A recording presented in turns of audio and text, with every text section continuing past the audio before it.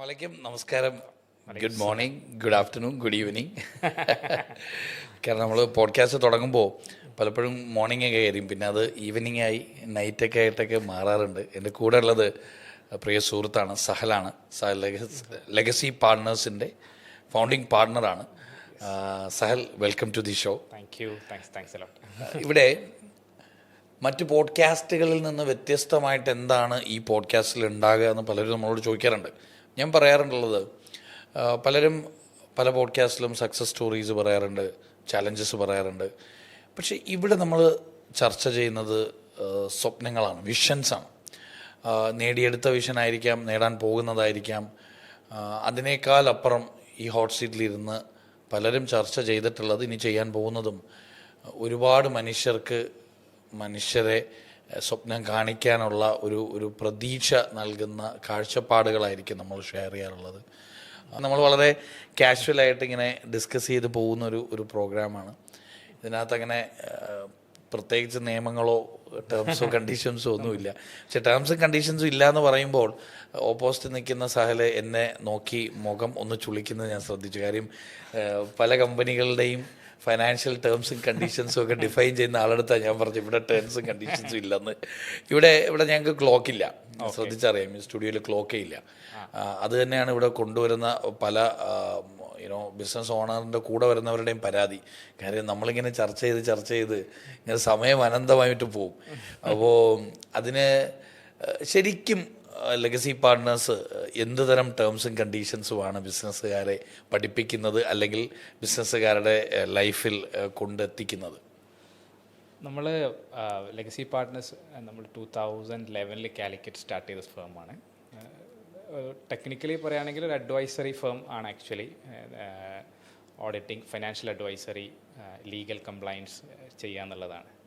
പക്ഷേ നിങ്ങളെപ്പോലത്തെ ആൾക്കാർ ഭയങ്കര ഡ്രമാറ്റിക്കലി ചോദിക്കുമ്പോൾ അതിന് എനിക്ക് ഉത്തരം പറയാനുള്ളത്, ഞങ്ങളുടെ ടാഗ് ലൈനാണ്. ഞങ്ങൾ ആക്ച്വലി ഒരു ബിയോണ്ട് പ്രോഫിറ്റ്, അതായത് ബിസിനസ്സുകാരോട് പറയാറുള്ളത്, നിങ്ങളുടെ ബിസിനസ്സിനെ ടേക്ക് കെയർ ചെയ്യുക, rest part we will take care of it.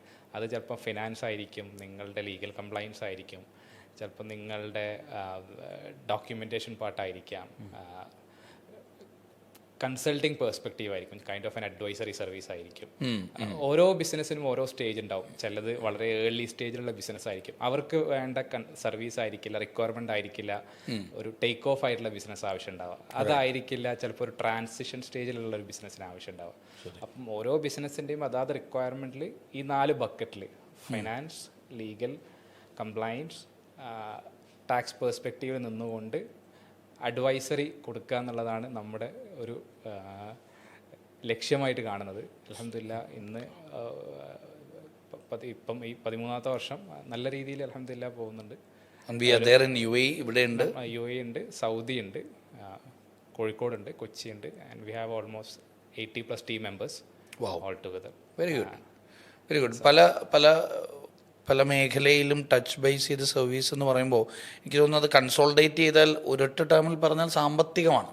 അതെ, അടിസ്ഥാന സാമ്പത്തികമാണ്, ഫുലുമായി ബന്ധപ്പെട്ടതാണ്. ഫുലൂസാണ് വിഷയം. അതെ. കാരണം ഇത് പറയുമ്പോഴേ ഞാനൊക്കെ ചെറുപ്പകാലം മുതൽ കേട്ടിട്ടുള്ള ഒരു സ്റ്റേറ്റ്മെൻ്റാണ്, റിയാസ് നിൻ്റെ കൈ ഓട്ടക്കൈയാണ്, പൈസ ഇരിക്കില്ല എന്ന് പറയും. ഈ വീഡിയോ കാണുന്നവർക്ക് ഓട്ടക്കൈ ഉള്ള ഒരു കമൻറ്റ് ചെയ്യണം കേട്ടോ. കാരണം ഈ ഓട്ടക്കൈ എന്ന് പറഞ്ഞാൽ ഇതാണ് ഓട്ടക്കൈ കേട്ടോ. ക്ലോസ് എടുത്തോട്ടോ, ഓട്ടക്കൈ. അതായത് ഓട്ടക്കൈ എന്ന് പറഞ്ഞാൽ, എൻ്റെ ഓട്ടക്കൈ എവിടെ? സഹലൊന്ന് കാണിച്ചു തരുമോ? ഓട്ടക്കൈ ആണോ? നിങ്ങൾ ഓട്ട അല്ല, നിങ്ങളത് കവറപ്പ് ചെയ്ത കൈയാണ്. ഓട്ടക്കൈ ആവാതിരുന്നതാണ്, ജീവിതം പഠിപ്പിച്ചാണ്. അതെ. പക്ഷേ ഇത് എൻ്റെത് ഓട്ട ഏതാ ഇവിടെ കണ്ടാൽ അറിയാം, വ്യക്തമായൊരു ഓട്ടം ഉണ്ട്.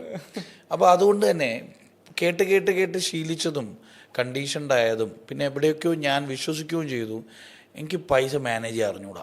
എൻ്റെ കയ്യിൽ 10 രൂപ കിട്ടിയാൽ 10 രൂപ പോകുന്ന വഴി എൻ്റെ മുന്നിൽ പ്രത്യക്ഷപ്പെടും, 10 പേരും പ്രത്യക്ഷപ്പെടും, അത് 10ആയിട്ട് കയ്യിൽ നിന്ന് പോവുകയും ചെയ്യും.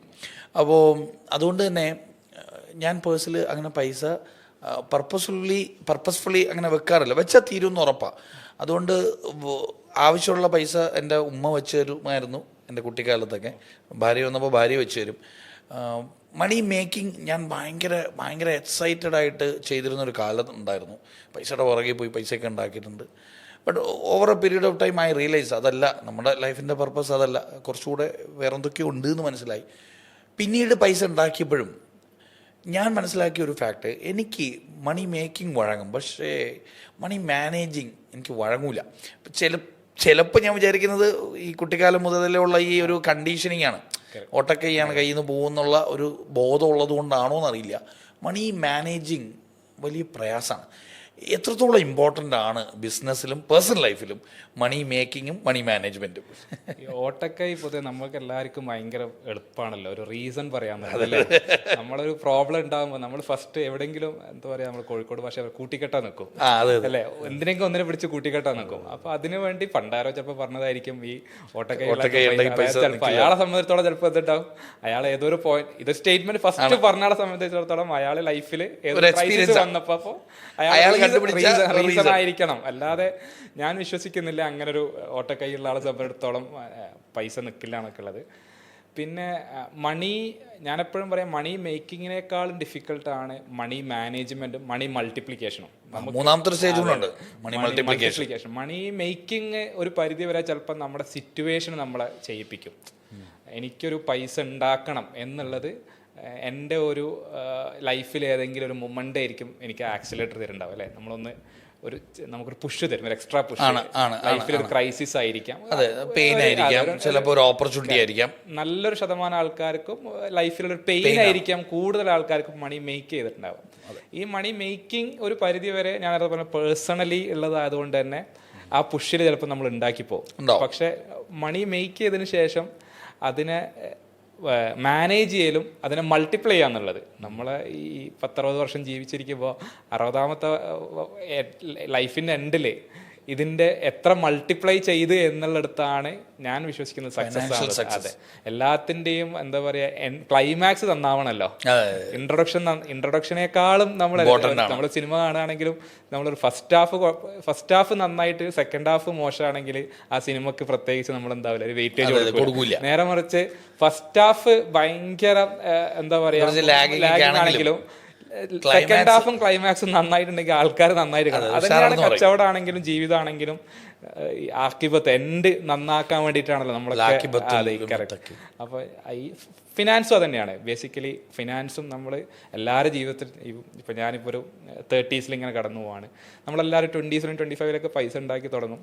ഈ വാട്ട് ഈസ് അറ്റ് ആയുസ് ഉണ്ടെങ്കിൽ 50s ഞാൻ എവിടെയാണ് എന്നുള്ളതാണ്. ഈ തമാശ രൂപേണ പറയാറുണ്ട്, വല്യമ്മമാരൊക്കെ പറയും 40ാമത്തെ വയസ്സിൽ ഒരാൾ എങ്ങനെയാണോ അതായിരിക്കും അയാളുടെ ലൈഫിൽ എൻഡ് ഉണ്ടാവാന്നുള്ളത്. ഇപ്പം 40ാമത്തെ വയസ്സിൽ പൊതുവെ എന്താ പറയുക, ഞാൻ വലിയ രീതിയിലൊരു ബാധ്യത ഉള്ള ആളാണെങ്കിൽ സ്വാഭാവികമായും അതിൽ റിക്കവർ ചെയ്യാൻ ഭയങ്കര പാടായിരിക്കും. നേരെ വെച്ചാൽ 40ാമത്തെ വയസ്സിൽ ഞാനൊരു സ്റ്റെബിലൈസ് ആണെങ്കിൽ അതിൽ ഞാൻ എന്ത് ചെയ്യും? കാരണം അതിന് റീസൺ എന്താ വെച്ചാൽ നമ്മുടെ ലൈഫ് സൈക്കിൾ അതാണ്. ലൈഫ് സൈക്കിൾ നമ്മൾ 20s നമ്മൾ സ്റ്റാർട്ട് ചെയ്ത് നമ്മളെല്ലാ എന്താ റിസ്ക് അപ്പറ്റൈറ്റ് 20 മുതൽ 30 വരെ കൊടുത്തിട്ടുണ്ടാവും. 30 അങ്ങോട്ടേക്ക് നമ്മൾ എന്ത് ചെയ്തിട്ടുണ്ടാവും, മൾട്ടിപ്പിൾ നമ്മളതായ കുറേ സാധനം ട്രൈ ചെയ്തിട്ടുണ്ടാവും. 40s ആയിരിക്കും ശരിക്കും എന്താ പറയുക റിയൽ ബിഗിനിങ് എന്ന് പറയുന്നത്. അപ്പൊ 40s നമ്മൾ എവിടെയാണെന്നുള്ളത് ഡിഫൈൻ ചെയ്യിക്കുന്ന ഒരു പീരീഡാണ്. കൂടുതലും എല്ലായിടത്തും കറക്റ്റ് ആയിക്കോണമെന്നില്ല, ബട്ട് സ്റ്റഫ്സ് നിങ്ങൾ ഏത് ബിസിനസ്സുകാരെടുത്ത് നോക്കിയാലും 90% ബിസിനസ്സുകാരും ചെയ്തിട്ടുണ്ടാവുക അവരുടെ 40s അവർ സബ്സ്റ്റാൻഷ്യൽ ആയിട്ടുള്ള ഒരു ഡിസിഷൻ എടുത്തിട്ടുണ്ടാവുക. 40 വയസ്സ് പ്രായമുള്ളവരൊക്കെ താഴെ ഒന്ന് കമന്റ് ചെയ്യണം കേട്ടോ. ഇതൊരു ക്രൂഷ്യൽ പീരീഡാണ് 40ാമത്തെ വയസ്സ്. ഞാൻ അതുകൊണ്ട് ചിലപ്പോൾ പറയാനുണ്ട്, അതുകൊണ്ടായിരിക്കും ചിലപ്പോൾ റസൂലിന് നുബുവത്തടക്കം 40 കൊടുത്തിട്ടുണ്ടാവുമല്ലോ. പറയാൻ പറ്റില്ല, നമ്മൾ ആയിരിക്കുമല്ലോ. കാരണം മനുഷ്യന്റെ യഥാർത്ഥത്തിലുള്ള ഒരു ക്രൂഷ്യൽ ക്യാരക്ടർ എല്ലാ എന്താ പറയാ ഒരു വക പരീക്ഷണമൊക്കെ പഠിച്ച് നമ്മൾ എന്താ പറയുക ട്രെയിൻഡായി വന്നിട്ടുണ്ടാവുക 40ലാണ് ഉണ്ടാവുക. അപ്പം ഈ 40 നമ്മൾ എങ്ങനെ നിൽക്കുന്നതനുസരിച്ചിരിക്കും. അപ്പം ഫിനാൻസും ഈ പറഞ്ഞതുപോലെ തന്നെ നമ്മൾ ബാക്ക് ടു വരാണെങ്കിൽ മണി മാനേജ്മെന്റ് ഏറ്റവും കൂടുതൽ നമ്മൾ സ്റ്റാർട്ട് ചെയ്യും. മണി മേക്കിംഗ് ആയിരിക്കും 20s to 35 ഒക്കെ മണി മേക്കിംഗ്. അവിടുന്ന് അങ്ങോട്ടാണ് ഈ മണി മാനേജ്മെന്റും മണി മൾട്ടിപ്ലിക്കേഷനും. മൾട്ടിപ്ലിക്കേഷൻ ഏത് പ്രായത്തിൽ ശരിക്കും ഐഡിയലി നിങ്ങളുടെ ഒരു പെർസ്പെക്റ്റീവിൽ മൾട്ടിപ്ലിക്കേഷൻ നടക്കണം? ഇപ്പോഴത്തെ പുതിയ എന്താ പറയാ കാലഘട്ടത്തിൽ അങ്ങനെ പ്രായം പ്രത്യേകിച്ച് നമുക്ക് ബൗണ്ട് ചെയ്യാൻ പറ്റില്ല. കാരണം പ്രത്യേകിച്ച് ഇപ്പോഴത്തെ ഒരു സ്പീഡ് അത്രയും ഈവൻ 20s ആൾക്കാരും ചെയ്യുന്നുണ്ട്. മൾട്ടിപ്ലൈ ചെയ്യുന്നുണ്ട്, അല്ല ഏൺ ചെയ്യുന്നുണ്ട്. മൾട്ടിപ്ലിക്കേഷൻ ഞാൻ നേരത്തെ പറഞ്ഞ പോലെ ലൈക്ക് നമ്മളെപ്പോഴും അല്ല ഫസ്റ്റ് ബിസിനസ്സിനേക്കാളും നമ്മൾ സെക്കൻഡ് റൗണ്ട് ഓഫ് ബിസിനസ് അതിൻ്റെ എക്സ്പാൻഷൻ സ്റ്റേജിലോ ഒക്കെയാണ് യഥാർത്ഥത്തിൽ അതിൻ്റെ ഒരു സക്സസ് വാലിഡേറ്റ് ചെയ്യുക. അപ്പം ഞാൻ ഇപ്പോൾ എൻ്റെ ഒരു പെർസ്പെക്റ്റീവ് പ്രകാരം നമ്മൾ ഡാറ്റാബേസ് ഒക്കെ നോക്കുകയാണെങ്കിൽ മൾട്ടിപ്ലിക്കേഷൻ നടക്കുക ആഫ്റ്റർ 35 ആണ് ദ റിയൽ മൾട്ടിപ്ലിക്കേഷൻ നടക്കുന്നത്. അപ്പോൾ ഈ മാനേജ്മെന്റും മൾട്ടിപ്ലിക്കേഷനും ഒക്കെ പാരലി നടന്ന് പോകണം അല്ലെ? ഒരു സക്സസ്ഫുൾ പേഴ്സണൽ ഫൈനാൻസ് ആയാലും ബിസിനസ്സിലെ ഫൈനാൻസ് ആയാലും ഒരു സക്സസ്ഫുൾ സ്റ്റേറ്റിലേക്ക് എത്തണമെങ്കിൽ ഈ മാനേജ്മെന്റും മൾട്ടിപ്ലിക്കേഷനും ഒക്കെ പ്രോപ്പർലി നടക്കണം. കറക്റ്റ്. പ്രത്യേകിച്ച് പേഴ്സണൽ ഫിനാൻസ്. അതെ, പേഴ്സണൽ ഫിനാൻസിൽ ക്ലാരിറ്റി ഉണ്ടെങ്കിൽ ഓട്ടോമാറ്റിക്കായിട്ട് നല്ല പേഴ്സണൽ ഫിനാൻസ് ക്ലാരിറ്റി ഉള്ള ആൾക്ക് അയാളുടെ ബിസിനസ്സിലും അതിൻ്റെ ഒരു ക്ലാരിറ്റി ഉണ്ടാവും.